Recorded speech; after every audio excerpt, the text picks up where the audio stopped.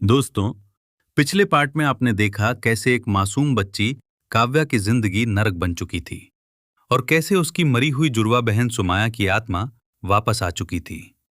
लेकिन जो अब होने वाला था वो सिर्फ एक परिवार की कहानी नहीं रहने वाला था। ये पूरे गांव के लिए एक खौफनाक श्राप बनने वाला था। इसलिए वीडियो को आखिर तक जरूर देखना, क्योंकि इस कहानी का अंत आपको अंदर तक हिला देगा। और अगर आप ऐसी ही हॉरर स्टोरीज पसंद करते हैं तो अभी चैनल को सब्सक्राइब कर लो, क्योंकि आगे जो आने वाला है वो आपको रात भर सोने नहीं देगा। उस रात जब काव्या ने पहली बार सुमाया को देखा तो शुरुआत में वो डर गई थी, लेकिन सुमाया ने बहुत प्यार से उससे बात की। उसने कहा, डर मत, मैं तुझे नुकसान नहीं पहुंचाऊंगी, मैं तो बस तेरी मदद करने आई हूं। काव्या जो हमेशा अकेली और दर्द में रहती थी, उसे पहली बार लगा कि कोई है जो उसे समझता है। धीरे धीरे दोनों के बीच एक अजीब रिश्ता बनने लगा। हर रात सुमाया काव्या के पास आती, उससे बातें करती, उसे हंसाने की कोशिश करती, लेकिन साथ ही साथ वो उसके दिल में एक और चीज भर रही थी, नफरत। वो कहती, देख कैसे तेरे अपने ही तुझे दर्द देते हैं, तेरे पिता तुझे प्यार नहीं करते, गांव वाले तेरा मजाक उड़ाते हैं, तू ये सब क्यों सहती है? काव्या चुप रहती, लेकिन उसके अंदर कहीं ना कहीं ये बातें बैठने लगी थीं। एक दिन गांव के कुछ बच्चे फिर से काव्या को चिढ़ाने लगे। वो उसे लंगड़ी कहकर हंस रहे थे, उस पर मिट्टी फेंक रहे थे। काव्या बस खड़ी खड़ी रो रही थी और दूर खड़े महेंद्र और सावित्री सब कुछ देख रहे थे, लेकिन उन्होंने कुछ नहीं किया। उस रात काव्या बहुत रोई। तभी सुमाया उसके सामने आई और इस बार उसकी आवाज में प्यार नहीं, गुस्सा था। उसने कहा, अब बहुत हो गया, अब उन्हें सजा देने का समय आ गया है। काव्या डर गई। नहीं, मैं किसी को चोट नहीं पहुंचाना चाहती। लेकिन सुमाया ने उसका हाथ पकड़ा और धीरे से कहा, तू नहीं करेगी, मैं करूंगी। अगली सुबह गांव में एक अजीब घटना हुई। वही लड़का जिसने सबसे ज्यादा काव्या को परेशान किया था, अचानक गायब हो गया। लोग उसे ढूंढने लगे, लेकिन उसका कोई पता नहीं चला। 2 दिन बाद उसकी लाश खेतों के बीच मिली। उसका चेहरा पूरी तरह कुचला हुआ था, जैसे किसी ने पत्थर से बार बार मारा हो, बिल्कुल उसी तरह जैसे सालों पहले मोहन के साथ हुआ था। गांव में डर फैलने लगा। लोग समझ नहीं पा रहे थे कि आखिर ये सब हो क्या रहा है। उधर काव्या का व्यवहार भी बदलने लगा था। कभी वो बिल्कुल सामान्य रहती, तो कभी अचानक उसकी आंखें बदल जाती, आवाज भारी हो जाती और वो अजीब हरकतें करने लगती। एक रात सावित्री ने उसे कमरे में अकेले बैठे देखा। वो हवा में किसी से बात कर रही थी और हंस रही थी।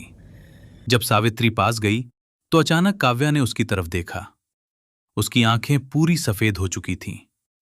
सावित्री डर गई। उसे तुरंत कालिका की बात याद आई। अगर शैतान की बेटी को नुकसान पहुंचाया तो सब खत्म हो जाएगा। अब उसे समझ आ गया था, सुमाया वापस आ चुकी है और ये सब उसी का काम है। घबराकर सावित्री अगले ही दिन कालिका के पास जाने निकली, लेकिन जब वो वहां पहुंची तो पता चला कि कालिका की कुछ महीने पहले ही मौत हो चुकी थी। अब सावित्री के पास कोई रास्ता नहीं बचा था। इधर हालात और भी बिगड़ते जा रहे थे। एक एक करके गांव के बच्चे गायब होने लगे और फिर उनकी लाशें अलग अलग जगहों पर मिलने लगीं। हर लाश के पास एक ही चीज मिलती, एक पुरानी गुड़िया जो काव्या की थी। अब गांव वालों को शक होने लगा कि ये सब काव्या का ही काम है। एक दिन गांव वाले इकट्ठा होकर महेंद्र के घर पहुंचे। उन्होंने गुस्से में कहा, तेरी बेटी ही ये सब कर रही है, उसे हमारे हवाले कर दे। महेंद्र ने पहले तो मना किया, लेकिन अंदर ही अंदर उसे भी शक होने लगा था। उस रात महेंद्र ने छुपकर काव्या पर नजर रखने का फैसला किया। आधी रात को काव्या अपने कमरे से बाहर निकली और धीरे धीरे खेतों की तरफ जाने लगी। महेंद्र उसके पीछे पीछे गया। खेतों में पहुंचकर जो उसने देखा वो उसकी जिंदगी का सबसे डरावना पल था। काव्या जमीन पर झुकी हुई थी और एक जानवर का कच्चा मांस खा रही थी। उसके पीछे एक परछाई खड़ी थी, वही सुमाया। महेंद्र के पैरों तले जमीन खिसक गई। अगले दिन उसने फैसला कर लिया, अब ये सब खत्म करना ही होगा। वो गांव के एक तांत्रिक भैरव बाबा के पास गया। उसने सारी कहानी बताई। भैरव बाबा ने कुछ मंत्र पढ़े और फिर गंभीर आवाज में कहा, तूने बहुत बड़ी गलती की है। तूने शैतान की बेटी को मार दिया। अब वो बदला लेकर ही जाएगी। महेंद्र घबराकर बोला, तो मैं क्या करूं? भैरव बाबा ने उसे एक खास खंजर दिया और कहा, अगर हालात काबू से बाहर हो जाएं, तो इस खंजर को काव्या के दिल में घोंप देना, तभी ये सब खत्म होगा। महेंद्र का दिल कांप गया, लेकिन उसके पास और कोई रास्ता नहीं था। उसी रात सब कुछ खत्म होने वाला था। काव्या को फिर से गोदाम में बांध दिया गया। वो लगातार रो रही थी। उसने अपनी मां से कहा, मां, प्लीज मुझे छोड़ दो। आज रात वो पूरी तरह मुझ पर कब्जा कर लेगी। मैं किसी को नुकसान नहीं पहुंचाना चाहती। सावित्री रो रही थी, लेकिन वो कुछ नहीं कर पा रही थी। जैसे ही रात के 12 बजे काव्या अचानक शांत हो गई। फिर धीरे धीरे उसने सिर उठाया और मुस्कुराई। अब वो काव्या नहीं थी, सुमाया थी। उसने एक झटके में रस्सियां तोड़ दी और बाहर निकल गई। सबसे पहले उसने नौकर को मार डाला। फिर वो सीधे सावित्री के कमरे में पहुंची।